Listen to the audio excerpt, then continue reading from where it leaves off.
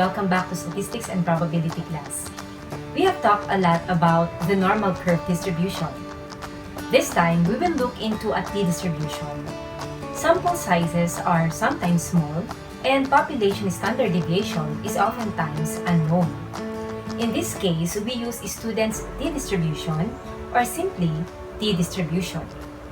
It is a probability distribution that is used to estimate population parameters when sample size is less than 30 and or when the population variance is unknown. The formula is t equals x bar minus mu over s, small s, over square root of small m, where x bar is the sample mean, mu is the population mean, small s is the sample standard deviation, and small m is the sample size. When we are sampling from a normally distributed population, the given formula has t-distribution with n minus 1 degrees of freedom. That is, if the sample size is 30, the degrees of freedom is 29. There are properties of a t-distribution.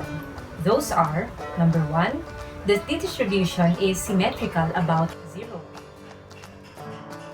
Second, the t-distribution is bell-shaped and have tails that are asymptomatic to the horizontal axis, but its tails are heavier compared to those of the normal distribution. Hence, it can more possibly produce values that are far from the mean. Number 3, the mean, median, and mode of the t-distribution are all equal to 0. Number 4, the variance is always greater than 1. Variance is equal to small v over small v minus 2, where small v is the number of degrees of freedom. For instance, if the number of degrees of freedom is 24, then the variance is 24 over 24 minus 2. That is 24 over 22 equals 1.09. And that is the variance when the degree of freedom is 24. Number 5, as the degrees of freedom increase, the t-distribution looks more and more like the normal distribution. The greater the degree of freedom is, the higher its peak becomes and the flatter its tails are. And as the degree of freedom gets lesser, the lower its peak is and the thicker its tails become. Number 6, standard deviation of the t-distribution is always greater than 1, depending on the sample size. And number 7, the total area under a t-distribution curve is 1 or 100%. It represents the probability or the percentage associated with specific sets of values. We use the table in finding the areas and percentiles in t-distribution. Said table is right-tailed. That is, the given areas in this table are areas on the right tail of the t-distribution. Its first column shows the degrees of freedom ranging from 1 to infinity. The first row shows the area under the right tail of the distribution, including areas from 0.25 to 0.0005. The rest of the entries in the table are the values of the variable t, or the so-called t-values. For example, the t-value for an area of 0.025 in the right tail of the t-distribution with 7 degrees of freedom is 2.365. This is the intersection of the row containing 7 as degrees of freedom and the column containing 0.025 as the area. A percentile is a value on a t-distribution that is less than the probability in the given percentage. For instance, the 95th percentile of the t-distribution is the t-value whose left tail probability is 95% and whose right tail probability is 5%. And since the area under the t-distribution curve also represents the probability, then the 95th percentile of the t-distribution is the t-value whose area on its left tail is 0.95 and whose area on its right tail is 0.05. Let us consider the following examples. Example 1. Find the 90th percentile of a t-distribution with 7 degrees of freedom. In this example, we are talking about a t-distribution and not a normal curve distribution. And to give us an idea of how this problem looks like, let us consider this figure.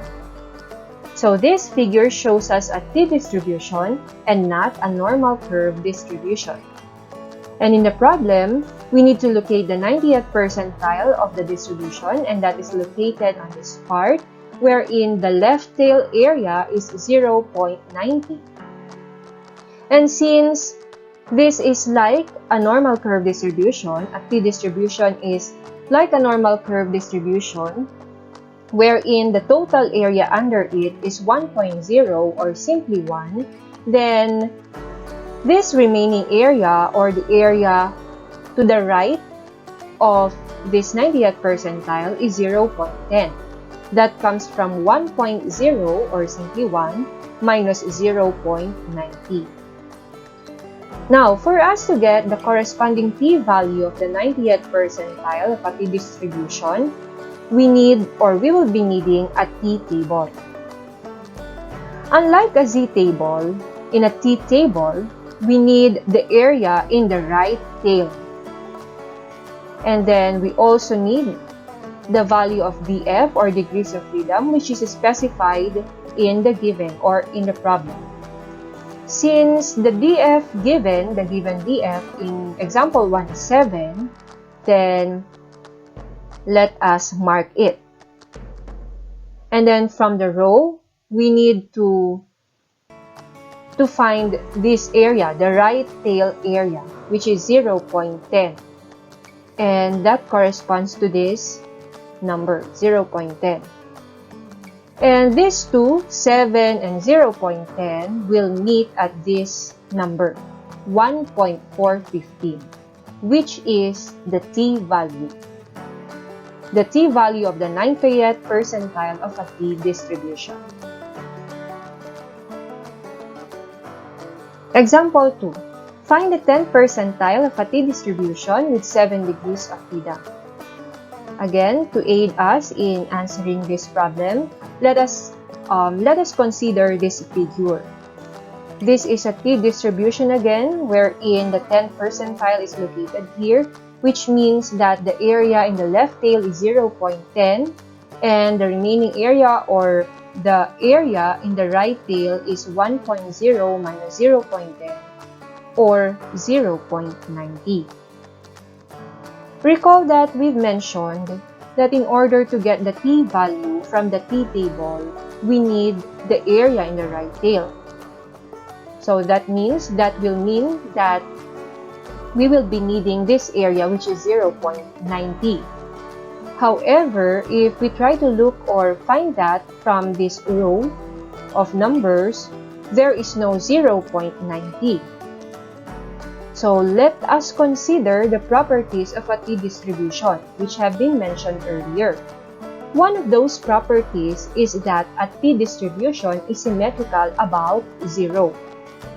That means, if we want to find the t-value which corresponds to the area 0.10 in the left tail, that is the same as the t-value in example 1, which corresponds to the area of 0.10 in the right tail. Since in the t-table, we have that area in the right tail, which is 0.10, and again, the degrees of freedom is 7, then the area again, or the t-value again, when the area is 0.10 in the right tail is 1.415. And since t-distribution is symmetrical about 0, then this is also the area or the t-value when the area in the left tail is 0.10. Only it will be the additive inverse. So from positive, it will be negative. The area or the t-value when the area is 0.10 in the left tail is negative 1.415. Again, we just made this positive t-value negative. Example 3. Find the 98th percentile of a t-distribution with 27 degrees of freedom. So let us take a look first at this figure for us to have a visual representation of the problem. So this is the visual representation of example 3. We have a t-distribution as stated in the problem. So this is the t-distribution. And we want to locate the 98th percentile in this t-distribution. And this is that 98th percentile, which corresponds to an area in the left tail of 0.98. And of course, the area in the right tail is 0.02. Again, that's from 1 minus 0.98. So just like we did in examples 1 and 2, we make use of a t-table. So in the t-table, we need the area in the right tail, which is 0.02. And it is here, so we mark it, then circle it. And then we locate the 27, the value of 27 under the DF, or degrees of freedom. And this is that. So we have here 27. Considering these two numbers, they will meet at this number, which is 2.158. So that is the t-value of the 98th percentile of a t-distribution with 27 degrees of freedom. I hope you understand now the basics of a t-distribution. Until next time!